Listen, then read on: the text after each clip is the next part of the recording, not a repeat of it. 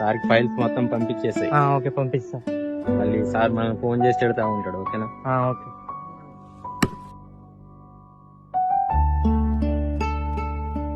ఎవరండి మీరు? అదేనండి 11వ తారీఖు ఎలక్షన్లు ఉన్నాయి కదా, ఇక్కడ కూడా బూత్ పెడుతున్నాం. మేము ఎలక్షన్ ఆఫీసర్లం. మీకు ఓటు ఎలా వేయాలో నేర్పించి ఎలక్షన్ అయ్యాక వెళ్లిపోతాం.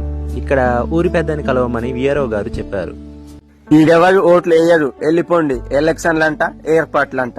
చూడండి, ఒక ప్రభుత్వ అధికారి డ్యూటీని అడ్డుకోవడం చట్ట ప్రకారం పెద్ద నేరం. మీ సమస్యలేమైనా ఉంటే చెప్పండి, మాట్లాడుకుందాం. ఓ సమస్య.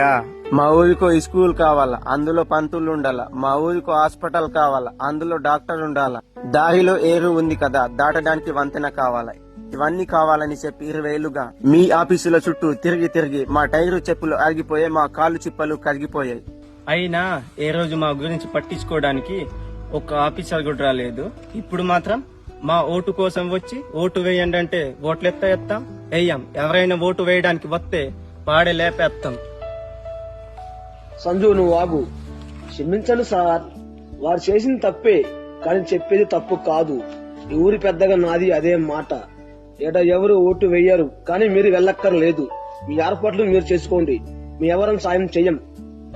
సంజు, గుడంలోకి వెళ్ళి అందరికి చెప్పు ఎవరు ఓటు వేయకూడదని. అట్టనే అయ్యా.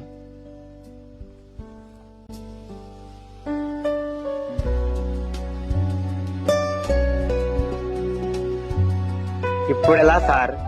భారతీయ పౌరులుగా ఓటు వేయడం అనేది మనందరి హక్కు. మన బాధ్యత మేరకు అవసరమైతే వీళ్ళ ప్రాబ్లం సాల్వ్ అయ్యేలా చూసి ఓట్లు వేయించే వెళ్దాం. ప్రజలంటే ఓట్లు వేయడానికే కాకుండా మనల్ని గెలిపించిన ప్రజల కోసం నిరంతరం కృషి చేసే నాయకులు ఉన్నంత వరకు ప్రజలు కూడా సరైన నాయకుని ఎన్నుకొని మరీ గెలిపిస్తారు.